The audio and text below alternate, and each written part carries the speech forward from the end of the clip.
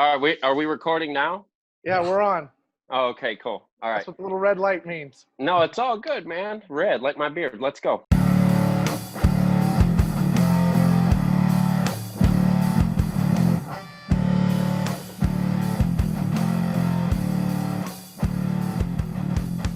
All right, so, hey, welcome everybody to the UNT3 podcast. I'm here with my co-host, Joel Cox and Christian Fisher.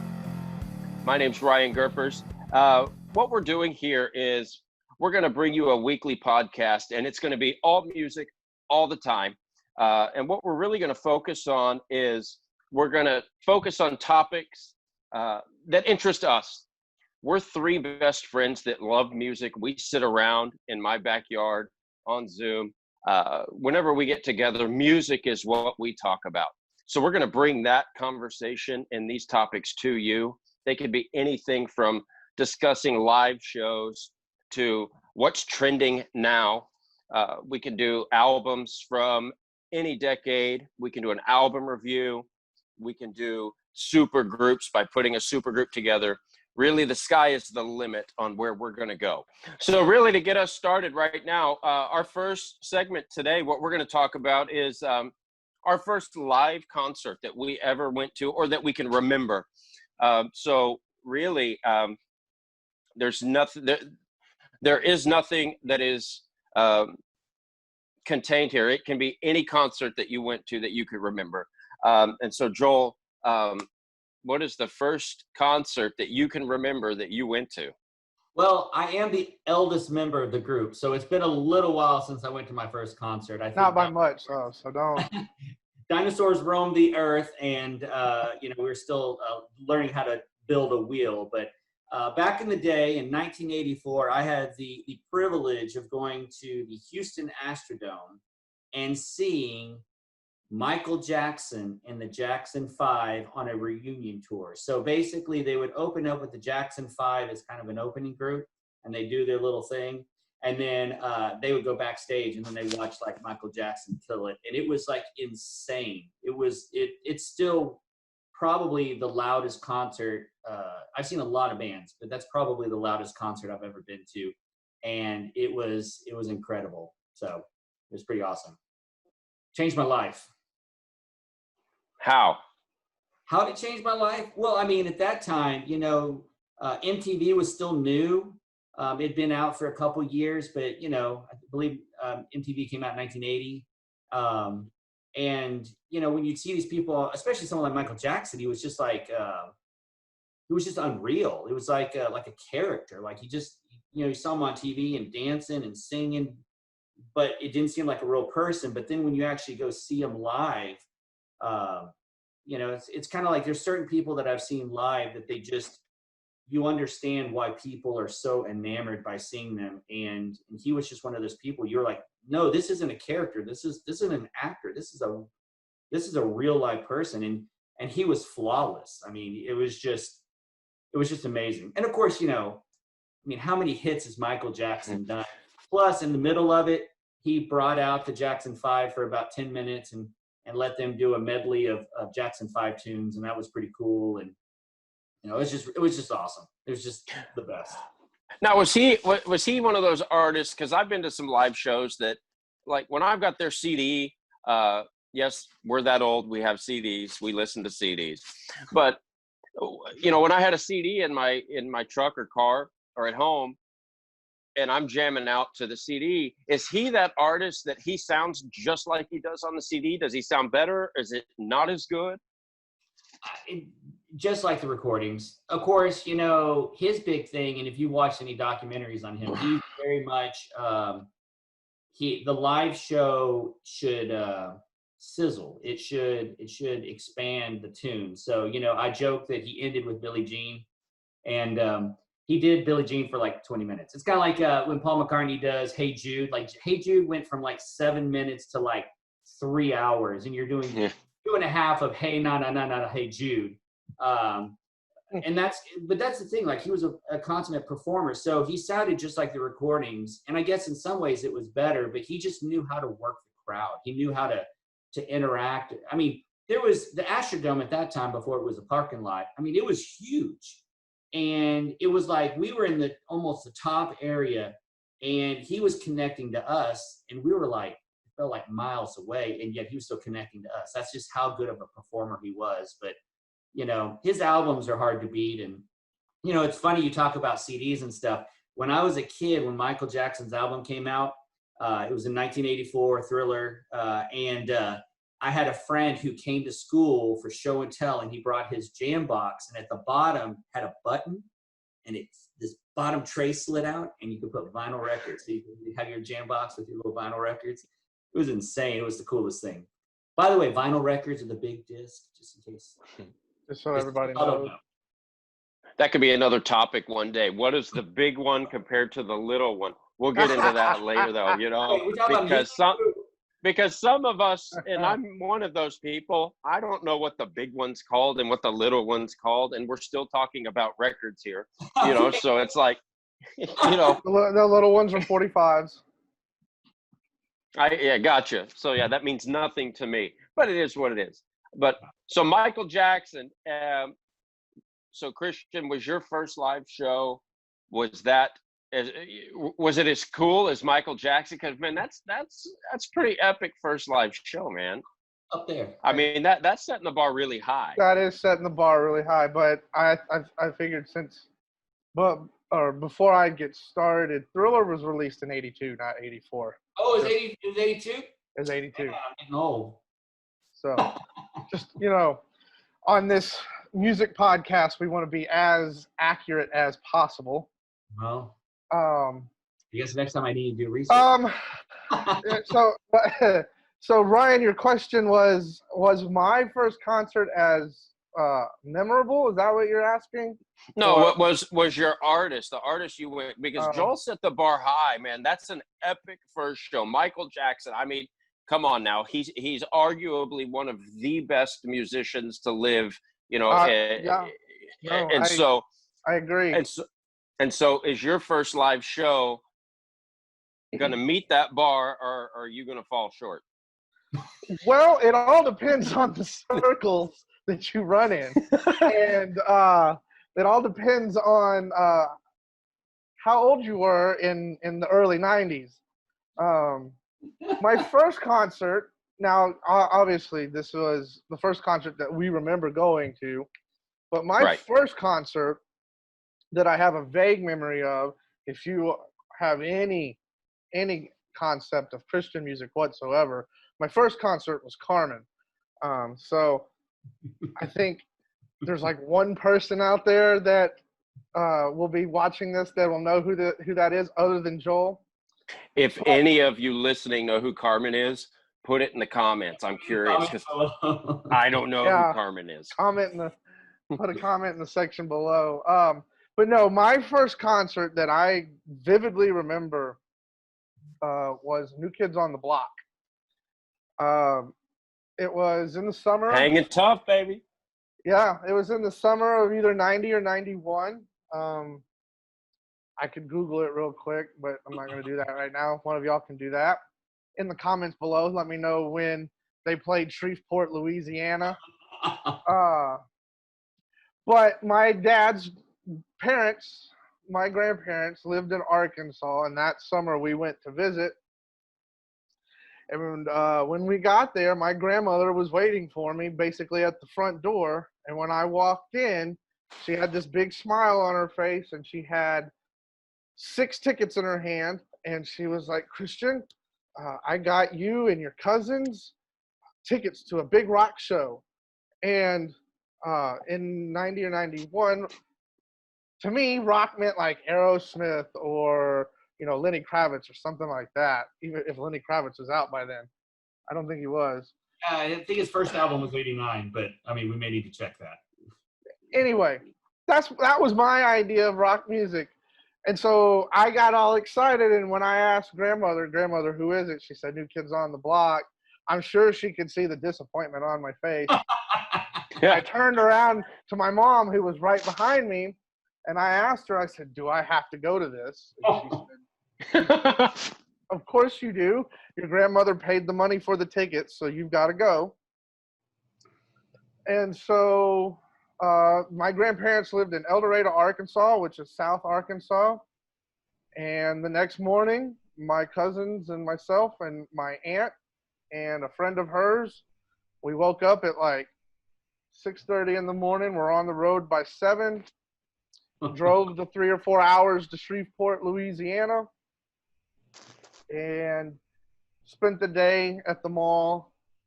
It's where I got my very first cassette of the Young Guns 2 soundtrack. Cassette tapes, if y'all know what it. Google that if you don't know what that is. Which part of that? Cassette tapes. Cassette or the album? Both. And for our listeners, Young Guns 2. Yeah. Emilio Estevez. Anyway. Estevez. Anyway, so it's time to go to the concert. We go.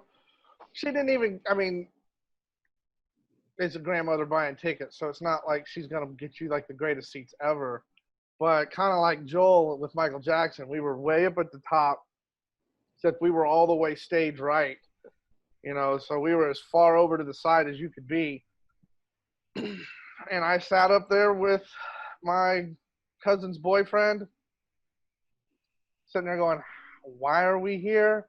While my cousin and my 2 cousins, both young ladies at the time, cheering their heads off. My aunt and her friend were sitting in front of us, probably thinking the exact same thing that myself and my cousin's boyfriend were thinking, like, why the hell are we here? And that was my first show. Would you say you guys were hanging tough?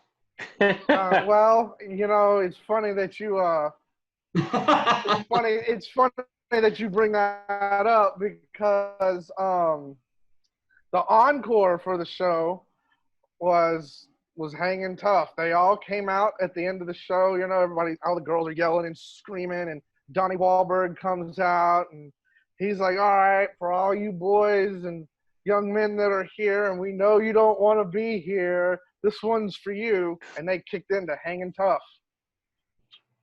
Nice. So that was my first live show experience. Nice. So we'll go with what mine. about you, so Mr. Gurfers? So we're going to go with one group to another group. So the first concert that I can remember going to, I'm sure I've been to one before this, I just don't remember. I'm going to assume this was between the years of 89 to 92. I don't have the specific year, but it was in Euless, Texas, at like their trade days or main days that they have every year. We sat on the lawn and watched the Beach Boys play. Great American so man, great American band. And so yeah, what was cool for that show for me being a kid was growing up when we lived in Corpus Christi and my brothers and my sister would come every summer to visit. We would go to the beach, and my parents and them, I'm the youngest, so I didn't get to pick the music, but they would blast Beach Boys. And so that was what I loved about that show, is it took me back to when my brothers and sisters would be in town. I remember they played for a while, you know, I mean, I was about 10 years old, 10 years old. So they could have played for an hour, and for an 8 or 9 year old or 10-year-old, that's a long time. Mm-hmm. But I mean, it was cool. You know, I mean, we weren't in a big stadium. I mean, it wasn't packed, but I do remember the coolest part of the show for me was when they brought out John Stamos to play with them. Yeah. And so I thought that was cool just because, you know, I liked Uncle Full Jesse. House at the time. And that's exactly what I said. I was like, oh my God, Uncle Jesse's up on the stage right now. Back then, I didn't know him as John Stamos. I only knew him as Uncle Jesse. And so I thought that was really cool. But that was my first live show was Beach Boys, and, you know, be true to your school, you know. Yeah. Surfing in the USA, let's make it happen, you know. So Kokomo, most people remember nowadays. Kokomo, yeah, they played Kokomo. I remember that they did play Kokomo, and that was pretty popular back then. My sister liked that because she liked the movie Cocktail. Oh yeah. And so I remember we had the Cocktail soundtrack on cassette, and my sister would play Kokomo on repeat. And so, yeah. So I think if we had to rank the concerts, I think Joel wins. I think Joel gets. Cool. I think Joel gets 1. I think I get 2, and I think New Kids gets 3. But that's just me. Well, I think I wouldn't disagree with that. it's not a contest, but if it was, yes, I would win. But the question that I have, Ryan talk about, you know, they bring in John Stamos. Do you think that Aunt Becky maybe put a little money aside to get John Stamos on with the band? I mean, maybe that's where she got the idea for like later entrepreneurial kind of situation. Maybe Aunt Becky's going to jail. That's a totally different podcast. So if you want to go talk about that, we'll go see. Not us. Anyway, so yeah, no, but I mean, we kind of talked, we talked about our first shows, and that took us back to being younger, of course, being kids. Way younger. And so that leads me to my next question, and our next topic is, what song or album really got you hooked and kind of got you started on your musical journey? So what song or album really got you going in the direction of music that you're still on today? Yeah. Well, I played since I was a kid. I play guitar, and was raised on a whole bunch of music that my dad brought in and that my uncle brought in. But several years after I've been playing, I went to visit a cousin and some family in Florida. And while I was there, my cousin, he put this cassette on the radio, and he started blasting Jimi Hendrix, Axis Bold as Love. And, at that time, I knew who Hendrix was. I never listened to Hendrix. But that album, and then he also played, right after that, he played Houses of the Holy by Led Zeppelin. And I remember just the sound, like, I've never done a drug in my life. I've never been high or anything like that. But I remember the euphoric feeling.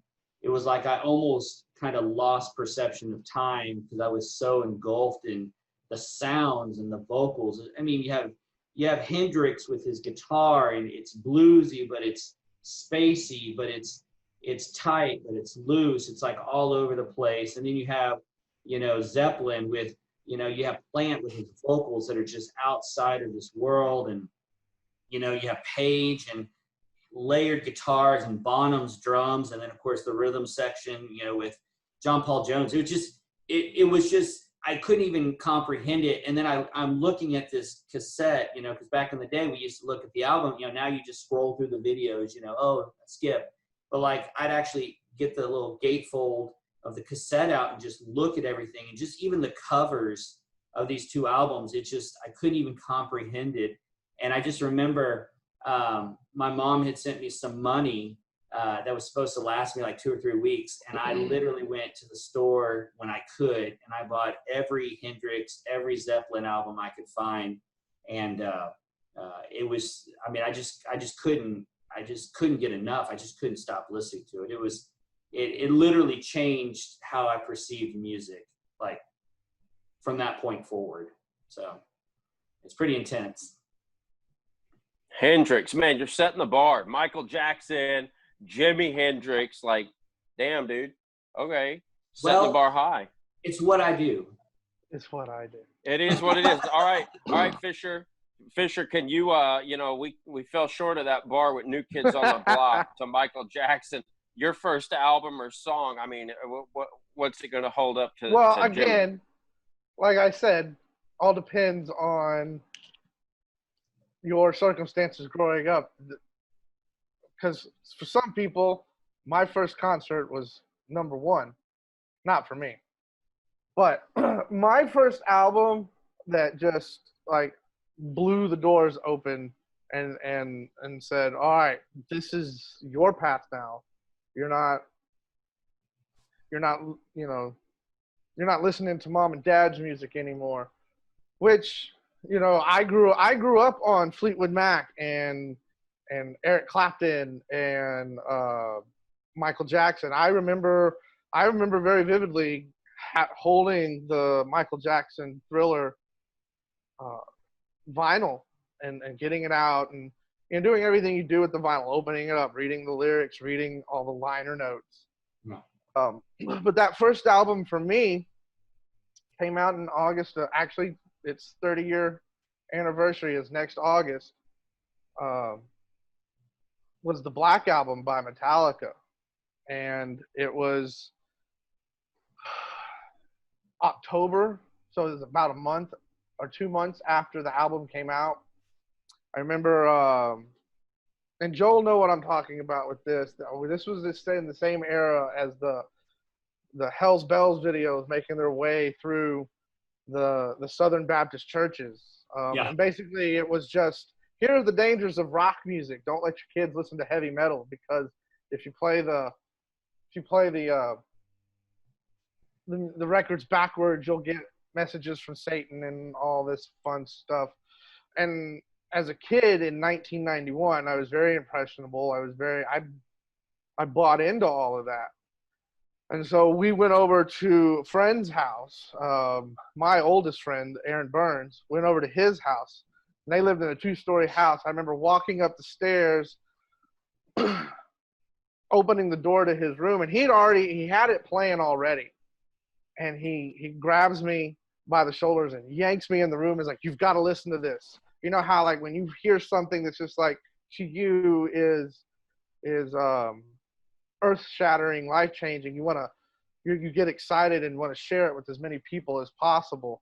That was how Aaron was. And he yanks me in the room, he shuts the door, and he cranks the stereo up, pushes play, he rewinds the cassette tape, pushes play, and those first notes really of Enter Sandman go on. I was like, ooh, what's this?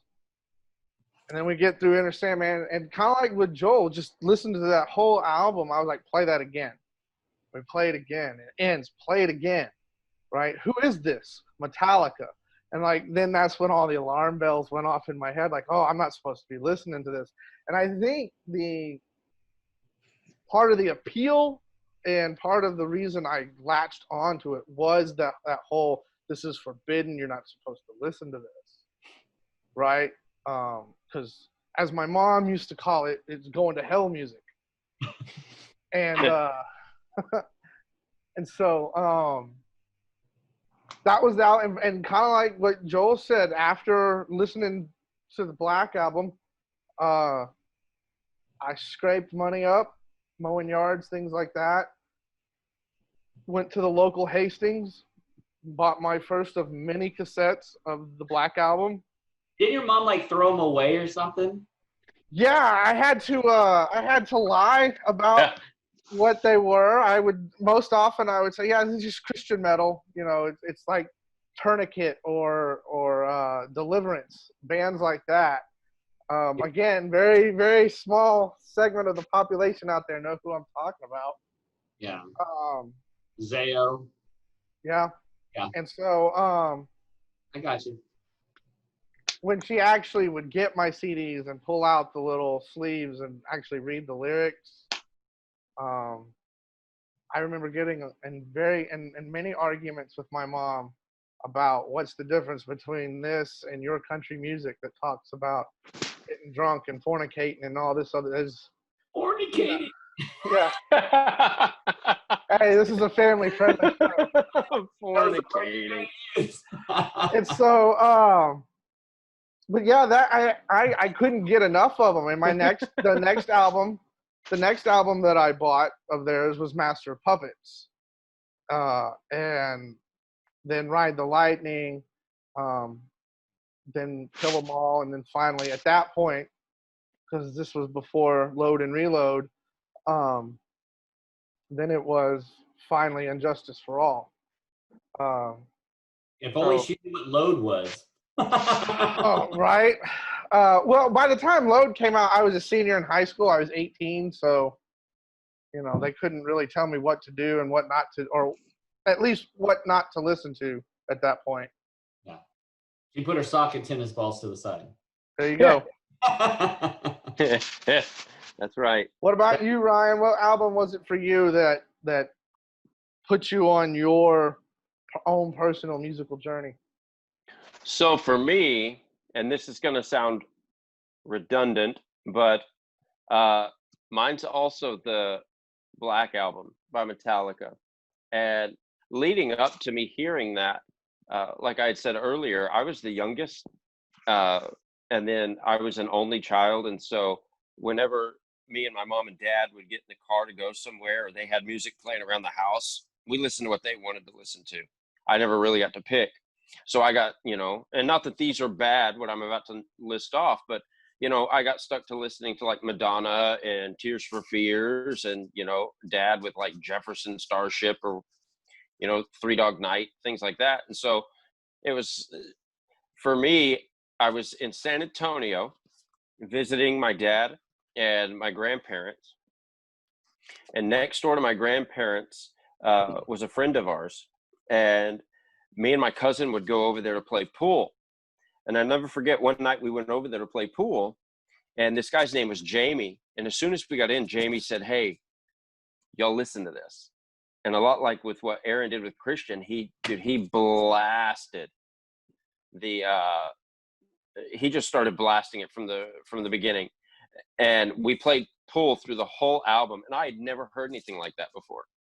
And I'm sitting there going, this is awesome. And so it ended, we're still playing pool, and I looked at Jamie and I said, "Hey, play that again." And so from that day on, anytime we went over to Jamie's house, I was like, "Hey, put that Metallica back on." And so that's what we listened to when we went over to play pool. It was Metallica. And then years later, we got in, he started getting the Alice in Chains stuff out, the Pearl Jam stuff, like just all that stuff. So for me, it was that Metallica Black Album. Any particular song or anything like that from the Black Album that stood out to you?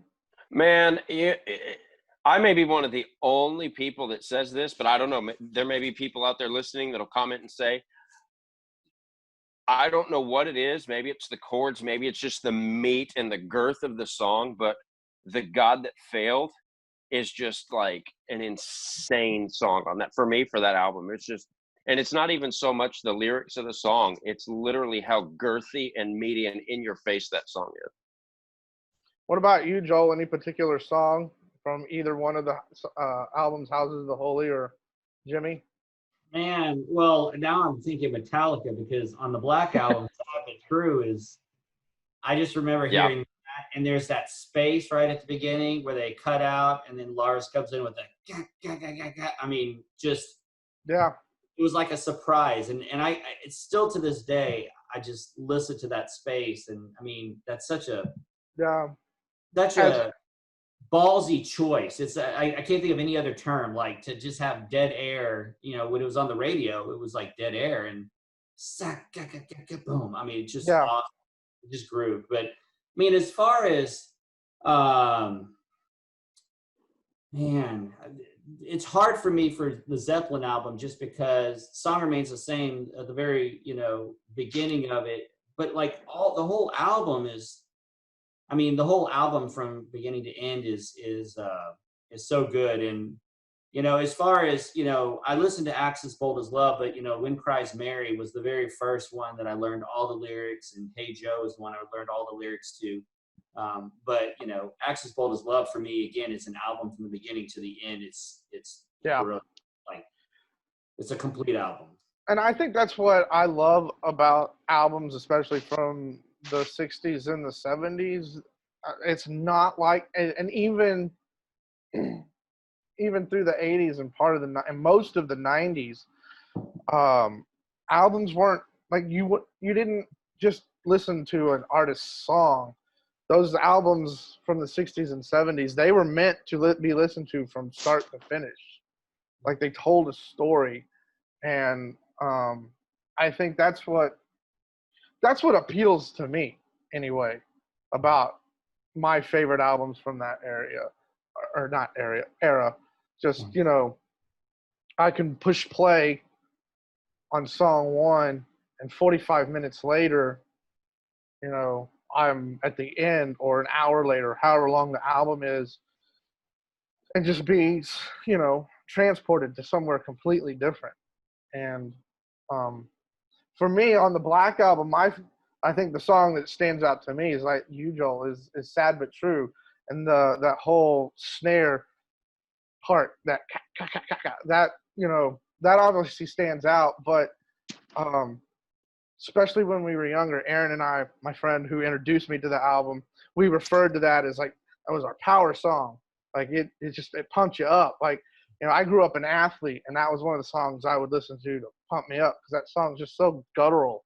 Just like, I don't know, it's just something that it tickles that funny bone that you have, that, oh, now I want to go break something, right? I want to go out. Ooh, I'm going to get out there. I want to be aggressive. So Yeah. that's But I what do stood out to agree. me. I do agree with you. I think the thing about Sad But True, other than because I was familiar with Metallica before that, but I think the other thing that really kind of set that song apart from all the other ones is that if you look at almost, and I'm not saying that there's not slower tunes, but as far as Metallica, that was really the first tune I heard that was like half the speed of most of what they did. Like, it was just so groovy and slow. And it really took what I think is the beauty of Metallica, which is this kind of ebb and flow that they naturally have, even when they're playing speed metal, or whatever you want to call it. They ebb and flow, and then Yeah. here's a song where they actually slow what they do down, and it's even groovier. And I have a friend of mine named Jesse McGlynn, and he would listen and goes, there's mistakes all over that. But I'm like, that's actually the things I love the most, is the odd hits and the time signature that just fluctuates just enough. Kind of like Edie Brickell's vocals. They stay in tune, but they float. And that's what I love about that. Specifically that song, because it, Yeah. which is so. Go ahead. I was going to say, like, Bob Rock was such a perfectionist, and yet there's mistakes all over that album, but that's actually the most endearing parts is how it ebbs and flows and stuff. So, well, I think as far as what you were saying about like them, I guess, like stepping it back and slowing it down, the only song that's not a ballad that even comes close to "Sad But True" is "The Thing That Should Not Be" on Master Puppets. But even then, that's just, it chugs. It doesn't really groove. It's just here, we're going to make this as heavy as possible and just flatten you with this song, which that's my favorite song off the album. But as far as the groove aspect, I think that's what really set the Black Album apart, was just how much the groove aspect to it. I agree. So we're talking right now, or we're finishing up with like our first, like the albums, and Christian was talking about it was the first time he had heard the Metallica. Same with me. So rumor has it, Joel, that I'm going to be listening to something for the first time tonight, and we're supposed to see my reaction to this. Well, I thought it would be fun because, on our journey as friends, what was the three bands that you'd always guess when we said, who is this band? Was Pink Floyd one? Pink Floyd, Led Zeppelin, and AC/DC. Yeah. Well, damn it, you were supposed to let me name them off and see if I could remember. Okay. Yeah, well.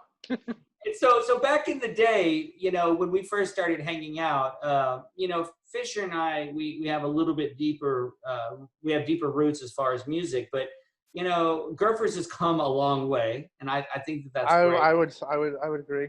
I mean, but back in the day, it was like, do you know who this is? And those were the three options. So what I thought would be fun is I have a little bit of music. This one is really kind of way out there. I have some other bands that will do this later that are not as eclectic, but this is one that was introduced to me by one Ezra Boggs. We were on a road trip together, and he put in this album. Oh, this is definitely going to be way out there. It's way out there. It's a gentleman named Ali Farka Touré, and he is an African jazz musician or blues musician. And some people refer to him as their version of or their country's version of Johnny Lee Hooker or whatever. So anyway, I'm gonna play a little bit and then I'll pause and I want to kind of get your vibe, and then I'm gonna tell you a little bit more about this guy as we kind of go on, because I think he's pretty incredible. So are you ready for this? All right, let's go. Good. Come on. Okay, here we go. Here we go.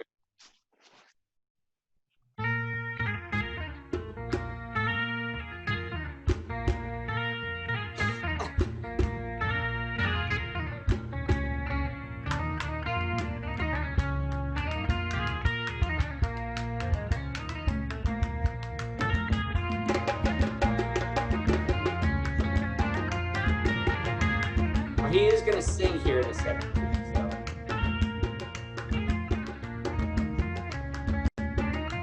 I mean, is it supposed to sound like a seizure? It's supposed to sound like a what? A seizure.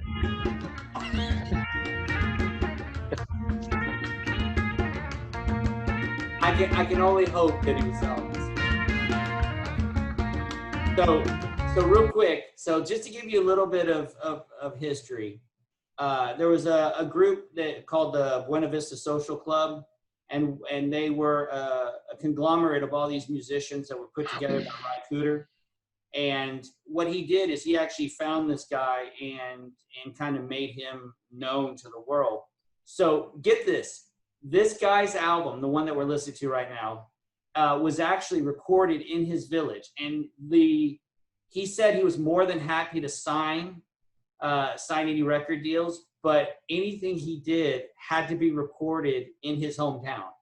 So they like set up this shop, and I'll put a picture of it here on the screen here in just a second. But they set up his studio and whatever in this like clay village, and then any money that he supposedly receives is actually given back to his community. So like, That's pretty cool. That's cool. Now, what instrument is he playing on this? He's actually playing a guitar. Okay. That's how he plays. Here's it.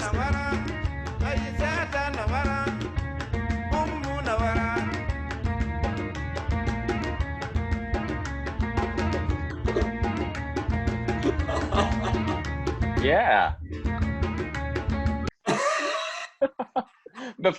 Because it's so repetitive. It's just over and over the same thing. Like I don't feel like it's going anywhere. Well, see, and that's the beauty of this music, is that it repeats, but there's little nuances between each repeat that's just a hair different, which really is in the tradition of the original. Like if you listen to like really early blues, that's kind of, there was no time signatures. It was really loose. There was no, like, when we think of blues now, we think of like 12-bar blues that turned into rock and roll. Back in the day, like a guy, if he wanted to do 2 or 3 stanzas extra and then go into the break or whatever, he would do that.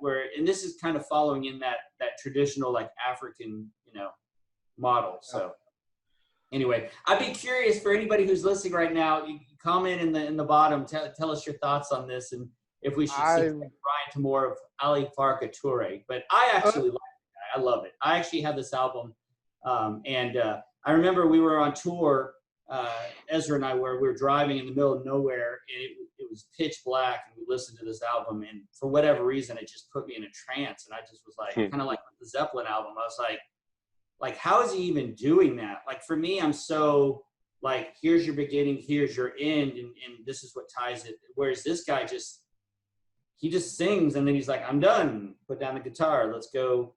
Yeah. I don't know what they're doing in their village, but I'm sure they do. Like, let's smoke a pig or something. I don't know. About to smoke a pig. About to say, smoke something. You need a big rolling paper to smoke a pig, man. What about you, Fisher? I assume you've never heard of Ali Touré. No, I've never heard of him nor heard his music. I don't know that. I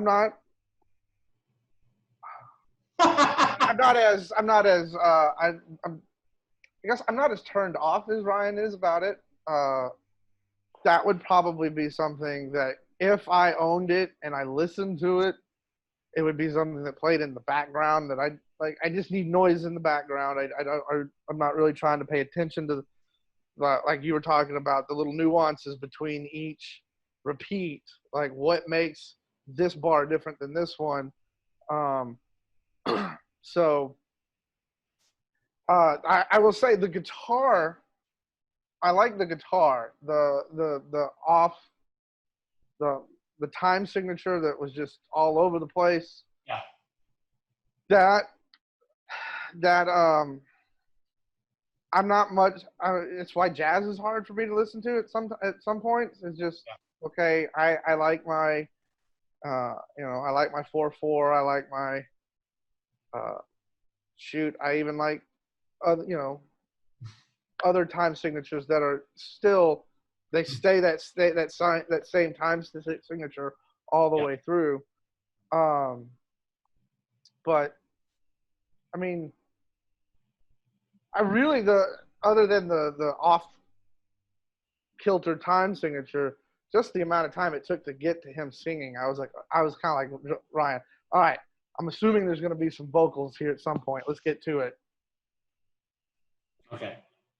Well, no, that's great, and that's what I love about this. And by the way, anyone who's watching this, like, they've never heard this song before. They've never heard of this artist, and this is the first time. So I think it's always fun to kind of introduce people. And the last time. Well, like for me, if I were to ever listen to that again, I guarantee you it would have to probably be with Ezra in the room. Just, I don't know why. There's something like if Ezra's in the room and he were to put that on, it may sound different to me. I don't know. Maybe Ezra has that effect on me. I have no idea. It's the big beard he has. He's right. He puts our beards to shame. Yeah, it's okay. He does. He does. But yeah, I will make sure that next time I actually have another pick for next time, which is one that you've never heard.